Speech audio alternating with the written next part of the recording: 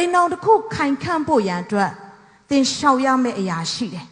အဲ့ဒါကဘာလဲဆိုတော့လွယ်လေးနဲ့ပြောရမယ်ဆိုရင်နငယ်6လုံးကိုရှောင်ရမယ်နာနိုင်နှစ်နိုင်နောက်ဆိုတဲ့အရာဖြစ်တယ်အဲ့ဒီနာနိုင်နှစ်နိုင်နောက်ကိုရသွားပြီဆိုရင်အိမ်အောင်တွေအတွက်တတိထားပြီးရှောင်ဖို့ရန်အတွက်ကောင်းချီးမင်္ဂလာဖြစ်လာလိမ့်မယ်ပထမတစ်ခုနာဆိုတဲ့အရာကနားလည်မှုမပေးနိုင်ခြင်းတွေကိုရှောင်ရမယ်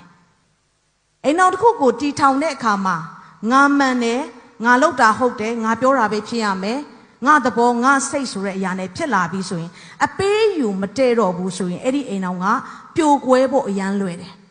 ငွေကြေးပိုင်းဆိုင်ရာမှာပဲဖြစ်ဖြစ်လူမှုရေးပိုင်းဆိုင်ရာမှာပဲဖြစ်ဖြစ်အတိုင်းဝိုင်းကြားမှာပဲဖြစ်ဖြစ်တယောက်နဲ့တယောက်နားလည်မှုရှိရတယ်ဒါကြောင့်အိမ်အောင်ရေးတာ၍ခိုင်မြဲခြင်းနဲ့ဆိုရင်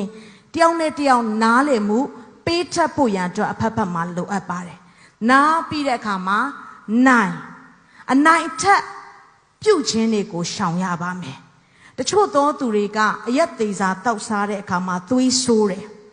သွေးဆိုးတဲ့အခါမှာလက်ချေပါလာတယ်ဆိုဇနီးတွေကကြာလာတဲ့အခါမှာအိမ်တွင်းမှာပြဿနာဖြစ်ရင်းနဲ့မှလက်ချေပါတော့အသားနာတော့အိမ်ကထွက်ပြေးခြင်းကိုဆိုတော့သွေးဆိုးတဲ့အရာတွေပေါ့နိုင်ထက်ဆင်းရင်းပြုတဲ့အရာတွေတချို့သောသူတွေကလည်းဒေါသအလိုလျောက်ထွက်တယ်နည်းနည်းလေးဒေါသထွက်ပြီးဆိုရင်မျက်နှာထိုးလိုက်ရမှခြေထောက်နဲ့ကန်လိုက်ရမှအဲ့လိုမှမဟုတ်ဘူးဆိုရင်နံရံကိုလက်သီးနဲ့ထိုးလိုက်ရမှခြေနဲ့တက်တဲ့အမျိုးသားအမျိုးသမီးတွေရှိပါတယ်အဲ့ဒီအတွက်ကြောင့်မလို့အဲ့လိုပြဿနာဖြစ်ပြီးဆိုရင်အကောင်းဆုံးကတော့တိတ်ဆိတ်စွာနေလိုက်တာအကောင်းဆုံးပဲဘလောက်ပဲကိုမှန်နေပါစေပြဿနာကိုမဖြေရှင်းဘဲနဲ့တိတ်ဆိတ်နေလိုက်ပြီးတယောက်နဲ့တယောက်အေးသွားပြီဆိုမှအဲ့ဒီပြဿနာရဲ့အရင်းမြစ်ကိုနားလည်အောင်ရှင်းပြတတ်ဖို့ရန်အတွက်လိုအပ်ပါတယ်ဒါကြောင့်အနိုင်ထက်ပြုတ်ခြင်းအနိုင်ထက်စီးနှင်းမှုလက်ချေပါခြင်းတွေကိုရှောင်ရပါတယ်နားနိုင်နောက်နှစ်ကပါလဲဆိုတော့နှစ်ဖက်မိဘဖြစ်တယ်ဆိုတော့ကျွန်တော်တို့အိမ်အောင်တစ်ခုကိုတီထောင်ပြီးဆိုရင်သူ့ဘက်နဲ့ကိုယ်ဘက်မိဘတွေရှိပါတယ်ဒါကငါသားဇနီးတွေကိုနေယူတဲ့အခါကျရင်နိုင်အောင်ဖိထားနော်နှုတ်မဟုတ်ရင်နေ့ဇနီးတွေကနေ့ကိုအနိုင်ကျင့်လိမ့်မယ်သမီးလေးလည်းကြောင့်သမီးနေ့ခင်မွန်းတဲ့ကိုနိုင်အောင်လှုပ်ထားနော်နောက်ဆိုရင်နေ့ရှုံးလိမ့်မယ်နေ့ခံရလိမ့်မယ်ဆိုတော့နှစ်ဖက်မိဘတွေဝင်မပါတာကောင်းပါတယ်ဒါကြောင့်နော်ဇနီးမောင်နှံမှာဆိုလဲနှစ်ဖက်မိဘတွေရှိကြပါတယ်ပြဿနာဖြစ်လာပြီးဆိုရင်နှစ်ဖက်မိဘကဝင်ပါတာမျိုးမဟုတ်ဘဲနဲ့သူတို့ပါသူတို့နားလည်မှုဖြည့်ရှင်းဖို့ရန်အတွက်ဖြစ်တယ်ဒီနှစ်ဖက်မိဘတွေကနေပြီးတော့သူတို့ရဲ့ဆုံးဖြတ်ချက်ကိုပံ့ပိုးပေးဖို့ဖြစ်တယ်အဲ့လိုမှမဟုတ်ဘူးဆိုရင်သွားရင်ဖွင့်တဲ့အခါမှာငါသမီးကိုဒီလိုပြောရလေချင်းဆိုပြီးတော့ဗာဖြစ်တက်လဲဆိုတော့ဘိုးဘက်ကချက်သွားပြီဒါပေမဲ့မိဘကမပြီးနိုင်တော့ဘူးဖြစ်လာတယ်ဒါကြောင့်နှစ်ဖက်မိဘရဲ့နော်ဝင်ပါလာမဲ့အရာတွေကိုလည်းရှောင်ရှားတတ်ဖို့လိုအပ်တယ်နောက်တစ်ခုနှစ်ကပါလဲဆိုတော့နားနိုင်နှစ်နောက်တစ်ခုနှစ်ကပါလဲဆိုတော့သူကနှစ်ယောက်ပြိုင်ထားတာဖြစ်တယ်တခါတည်းကိုယ့်ရဲ့ဇနီးတွေကအသက်ကြီးလာလို့မလှတော့ဘူးဆိုရင်လှတဲ့အမျိုးသမီးတွေကိုအမျိုးသားတွေကကြိတ်တတ်တယ်အ ਨੇ ဆုံးကတော့လေပြန်ကြိတ်တတ်တယ်ဆိုတော့အဲ့ဒီလိုမျိုးနှစ်ယောက်ပြိုင်ထားတဲ့အရာဖောက်ပြန်တဲ့အရာတွေကအိမ်အောင်မိသားစုမှာလောကမှာဖြစ်ပျက်နေတဲ့အရာတွေများစွာကြားရပါတယ်ဒါကြောင့်အခုခေတ်ဆိုရင်အမျိုးသားကြီးပဲဖောက်ပြန်တာမဟုတ်ဘဲနဲ့အမျိုးသမီးတွေပါဖောက်ပြန်မှုတွေ့ရတယ်ဒါကြောင့်ကိုယ့်ရဲ့ဇနီးတွေကဘလို့ပဲဖြစ်နေပါစေ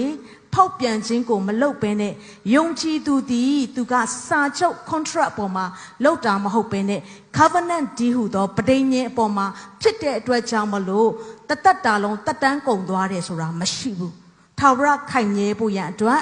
သူကတယောက်နဲ့တယောက်သစ္စာရှိဖို့ရန်အတွက်လိုအပ်ပါတယ်နားနိုင်နှစ်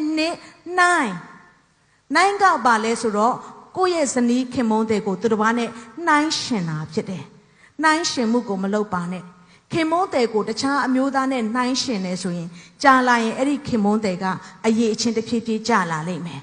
ဇနီးတဲ့ကိုလည်းတခြားသူနဲ့အမြဲတမ်းနှိုင်းပြီးတော့ကြည်ပါလားသူတို့ကဝင်ငွေဒီလောက်ရတာနေကဒီလောက်မရှာနိုင်ဘူးလို့နှိုင်းလာပြီးဆိုရင်နှိုင်းရှင်မှုများလာလေခင်မုန်းတဲ့ကလူတော်တိုးဖို့လန့်လာလေပဲဒါကြောင့်နှိုင်းရှင်တဲ့အရာတွေကိုရှောင်ရှားတတ်ဖို့လိုအပ်ပါတယ်နားနိုင်နှစ်နိုင်နောက်ကပါလဲဆိုတော့နောက်ဆုံးတစ်ခုကတော့နောက်ကျောင်းဖော်ခြင်းပဲ အတိတ်နဲ့သက်ဆိုင်တဲ့အရာတွေကိုလုံးဝမတူဆွပါနဲ့နေအရင်ကမိန်းကလေးချောချောလေးထားခဲ့တယ်လေအခုတော့အဲ့မိန်းကလေးလောက်တောင်ငါ့ကိုမချစ်ဘူးလားဆိုပြီးတော့နှိုင်းရှင်တဲ့အရာအတိတ်ကိုပြန်ပြီးတူးဖော်လေးလေးတယောက်နဲ့တယောက်စကားများတာပူကြုံရလေလေပဲဒါကြောင့်အိမ်တော်တဲ့မိသားစုများတင်းရဲ့အသက်တာထဲမှာနားနိုင်နှစ်နိုင်နောက်ဆိုတဲ့အရာလေးတွေနဲ့ကြုံလာပြီးဆိုရင်တတိထားဆင်ခြင်မယ်ဆိုရင်တင်းရဲ့အိမ်တော်ကဒီຢာတွေနဲ့ကင်းဝေးပြီးတော့တာယာပျော်ရွှင်ပွဲကောင်းတဲ့အိမ်တော်မိသားစုဖြစ်လာပါလိမ့်မယ်